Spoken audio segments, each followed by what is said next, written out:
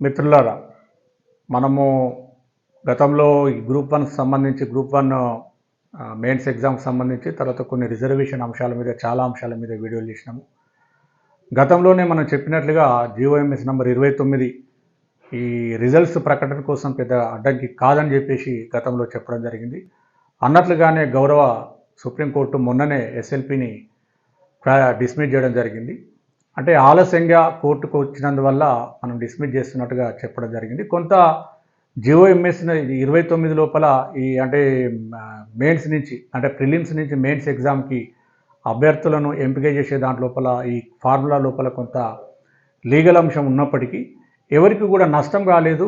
దానివల్ల ఎక్కువ బీసీ అభ్యర్థులే లబ్ధి పొందారని మనం గతంలో చెప్పినట్లుగానే అది వాస్తవం. ఎందుకంటే పబ్లిక్ సర్వీస్ కమిషన్ ఇచ్చినటువంటి డేటాలో కూడా అదే మనకు బహిర్గతమైంది. సరే, ఏదేమైనా నేను ఇటీవల నాకు పర్సనల్ కారణాల వల్ల పర్సనల్ పనుల వల్ల కొంత బిజీ ఉండి ఈ అంశం మీద నేను వీడియో చేయలేకపోయినా ఇప్పుడే లేట్గా చేస్తున్నాను. ఏదేమైనా నేను చాలా స్పష్టంగా చెప్పడం జరిగింది. విద్యార్థులకు నాకు ఫోన్ చేశానని అడిగినా కూడా ఇది పోస్ట్ పోనే అవకాశం లేదు, క్యాన్సిల్ అయ్యే అవకాశం లేదు, కష్టపడి చదువుకోండి, ఎందుకంటే మళ్ళీ అవకాశాలు రావు. అట్లా అని చెప్పి అందరికీ ఉద్యోగాలు వస్తాయని కాదు. ఏదైనా నోటిఫికేషన్ పడినప్పుడు ఆ రిక్రూట్మెంట్ తొందరగా అయినట్లయితే అభ్యర్థులు ఉద్యోగం రాని వాళ్ళు ఇంకొక వేరే ఉద్యోగం కానీ లేకపోతే ప్రైవేట్ కానీ లేకపోతే బిజినెస్ కానీ వెళ్ళే అవకాశం ఉంటుంది. కాబట్టి ఏ రిక్రూట్మెంట్ ప్రాసెస్ అయినా ఏ రిక్రూట్మెంట్ అయినా తొందరగా అయితే నిరుద్యోగులకు మేలని చెప్పేసి నా అభిప్రాయం.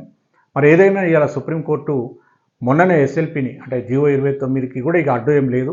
అంటే గ్రూప్ 1 ఫలితాలు కూడా ఈ 4-5 రోజులలో ఈ వీక్లోనే ప్రకటించబోతున్నట్లుగా 1:2 పిలుస్తున్నట్లుగా మనం పత్రికలలో చూస్తున్నాం. ఏదేమైనా తెలంగాణ ప్రభుత్వానికి మరియు గౌరవ పబ్లిక్ సర్వీస్ కమిషన్ చైర్మన్ గారికి మరియు గౌరవ సభ్యులకు అందరికీ కూడా ధన్యవాదాలు. చాలా ఒక పద్ధతి ప్రకారంగా రిక్రూట్మెంట్ చేసే ప్రయత్నం చేస్తున్నారు. మరి నేను వీడియో పెట్టగానే విద్యార్థులు చాలామంది డౌన్ మెరిట్ లిస్ట్ ఎప్పుడు సార్ అని కూడా కామెంట్ చేస్తున్నారు. ముఖ్యంగా గురుకుల నియామకాలలో గురుకుల రిక్రూట్మెంట్ బోర్డులో జరిగిన నియామకాలు సుమారుగా 9,000 పైగా ఉద్యోగాలు ఆగమేఘాల మీద ఆ రోజు కాంగ్రెస్ పార్టీ అధికారంలోకి రాగానే ఫిలప్ చేయడం, అది కూడా పైనుంచి క్రిందికి అంటే ఆరోహణ క్రమం లోపల భర్తీ చేయడం వల్ల అసెండింగ్ ఆర్డర్లో భర్తీ చేయడం వల్ల ఒక పోస్టుకు 2-3 పోస్టులకు ఒకే అభ్యర్థి ఎంపిక కావడం, ఆబ్వియస్లీ వాళ్ళు హయ్యర్ పోస్ట్కే జాయిన్ అవ్వడము, మిగతా కింది లెవెల్లో పోస్టులను మిగిలిపోయి ఉండడం. సపోజ్ ఒక అభ్యర్థి హెచ్జిటి పీజీటీ డిగ్రీ లెక్చరర్కి సెలెక్ట్ అయినప్పుడు ఆయన డిగ్రీ లెక్చరర్కే సెలెక్ట్ అయ్యింది, కానీ ఇక్కడ సర్టిఫికేట్ వెరిఫికేషన్కు 3 ఉద్యోగాలకు కూడా పోవడం, ఇట్లా రకరకాల సమస్యలతోని దాదాపుగా 1,750 పోస్టులు లేకపోతే 1,800 పోస్టులు ఇంకా అభ్యర్థులు చెప్తున్న 2,000 పోస్టుల వరకు మిగిలిపోయినాయి సార్. అవి డౌన్ మెరిట్ లిస్ట్ ద్వారా భర్తీ చేస్తే వాళ్ళకి న్యాయం జరుగుతుందని చెప్పేసి వాళ్ళు ప్రభుత్వానికి విన్నవించడం, మరి ప్రభుత్వం పట్టించుకొని పరిస్థితిలో వాళ్ళు హైకోర్టులో కేసులు వేసుకున్నట్లుగా మనకు సమాచారం ఉంది. వాళ్ళ కంటెంప్ట్ కూడా అంటే కోర్టు ధిక్కరణ కేసు కూడా పెండింగ్ ఉంది. అది కూడా ఈ ఫ్రైడే కాకుండా నెక్స్ట్ ఫ్రైడే మళ్ళీ లిస్ట్ అవుతుంది అనేది మనకున్న సమాచారం. మరి ఏదైనా దీని మీద ఏంటంటే డౌన్ మెరిట్ లిస్టు నా యొక్క అప్పీల్ ఏంటంటే ప్రభుత్వానికి ఒక గురుకులనే కాదు, గ్రూప్ 4 కానీ గురుకుల కానీ మీరు ఒక కామన్గా ఒక డిసిషన్ తీసుకొని ఆన్గోయింగ్ రిక్రూట్మెంట్లు ఏవైతే ఉన్నాయో వాటికి డౌన్ మెరిట్ లిస్ట్ చేసుకోవడం కోసం ఒక రిలాక్సేషన్ ఇస్తూ ఒక సర్కులర్ కనుక ఇచ్చినట్లయితే మిగిలిన ఉద్యోగాలన్నీ కూడా భర్తీ చేసే అవకాశం ఉంటుంది. అటు గురుకులాస్ కానీ లేకపోతే పబ్లిక్ సర్వీస్ కమిషన్లో ఇప్పుడు పబ్లిక్ సర్వీస్ కమిషన్ ఒక నిర్ణయం తీసుకునేది. ముందు గ్రూప్ 1 పోస్టులను భర్తీ చేస్తాము, తర్వాత గ్రూప్ 2, తర్వాత గ్రూప్ 3 అన్నారు. మరి గ్రూప్ 4 మాత్రం ముందే రిజల్ట్స్ ఇవ్వడం జరిగింది. అక్కడ కూడా ఒక 2-3 వేల పోస్టులు మిగిలిపోయి ఉన్నాయి సార్ అని చాలామంది అభ్యర్థులు మనకు ఫోన్లు చేసి అడుగుతూ ఉన్నారు. వాళ్ళు కూడా గవర్నమెంట్కి రిప్రజెంట్ చేస్తూ ఉన్నారు. ఏదేమైనా ఒక్కసారి ప్రభుత్వం ఒక పెద్ద మనసుతోని ఆన్గోయింగ్ రిక్రూట్మెంట్లు ఏవైతే జరుగుతున్నాయో వాటిలలో డౌన్ మెరిట్ లిస్ట్ ద్వారా భర్తీ చేసుకోమని చెప్పి ఒక సర్క్యులర్ కనుక ఇచ్చినట్లయితే అటు గురుకుల రిక్రూట్మెంట్లో ఉన్న గురుకులాస్లో ఉన్నటువంటి పోస్టులు భర్తీ అయిపోతాయి, అటు గ్రూప్ 4లో ఉన్నాయి భర్తీ అయిపోతాయి. ఇంకేదైనా రిక్రూట్మెంట్ ఏజెన్సీ కనుక పెండింగ్ ఉన్నట్లయితే వాళ్ళు కూడా రిక్రూట్మెంట్ చేసుకోవడానికి అవకాశం ఉంటుంది. ఎందుకంటే డౌన్ మెరిట్ లిస్ట్ మీద గతంలోనే గౌరవ సుప్రీంకోర్టు ఆర్డర్లు 2 చాలా స్పష్టంగా ఉన్నాయి.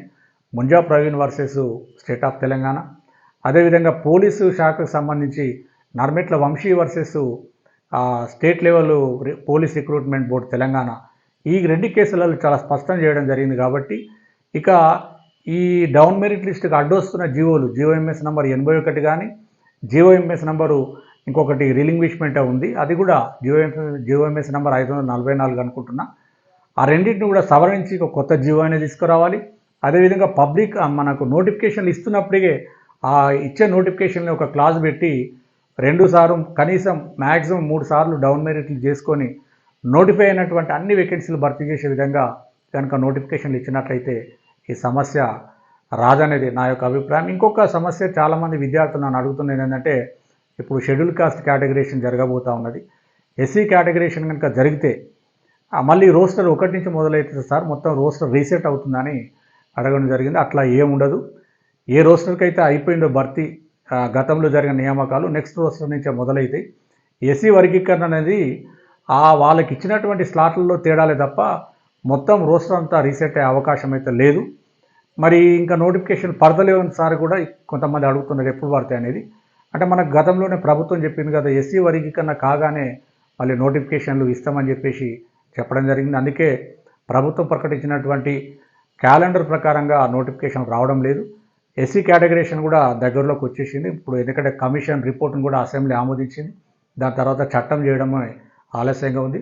ఆ చట్టమైన తర్వాత మరి గతంలో ఇచ్చిన నోటిఫికేషన్లకు వర్తిస్తుంది అంటే, గతంలో ఇచ్చినటువంటి నోటిఫికేషన్లకు ఎస్సీ కేటగిరీషన్ అనేది నాకున్న పరిజ్ఞానం ప్రకారం, నాకున్న అవగాహన ప్రకారం అయితే వర్తించదు. రాబోయే నోటిఫికేషన్లకి వర్తిస్తుంది. ఇంకా రోస్టర్ కూడా రీసెట్ ఏం కాదు. పాత రోస్టర్ ఎక్కడికైతే ఎండ్ అవుతుందో మళ్ళీ దాని తర్వాత రోస్టర్ కంటిన్యూ అయ్యే అవకాశం ఉన్నది. ఎస్సీ కేటగిరీ అయింది కాబట్టి షెడ్యూల్ కాస్ట్కు ఉన్నటువంటి స్లాట్స్ గ్రూప్ 1 కానీ గ్రూప్ 2 గ్రూప్ 3 3 గ్రూపులుగా ప్రస్తుతం రిపోర్ట్ ప్రకారంగా వర్గీకరించడం జరిగింది. వాళ్ళకున్న స్లాట్స్ను వాళ్ళకి కేటాయిస్తారు, అంతేగాని మొత్తం రోస్టర్ మళ్ళీ 1 నుంచి అయితే మొదలు కాదు.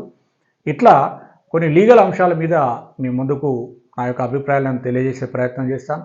చాలామంది అభ్యర్థులు విద్యార్థులు నా యొక్క ఛానల్ చూస్తున్నప్పటికీ సబ్స్క్రైబ్ చేయడం లేదు. తప్పకుండా సబ్స్క్రైబ్ చేసి ఈ ఛానల్ సపోర్ట్ చేయండి. అదేవిధంగా మీకు ఇంకేమైనా డౌట్స్ ఉన్నట్లయితే మీరు కామెంట్ రూపంలో అడగండి. నేను మీకు డౌట్స్ మీకు ఉన్నటువంటి అనుమానాలు డౌట్స్ని నివృత్తి చేసే ప్రయత్నం చేస్తానని తెలియజేస్తూ ముగిస్తున్నాను. Thank you.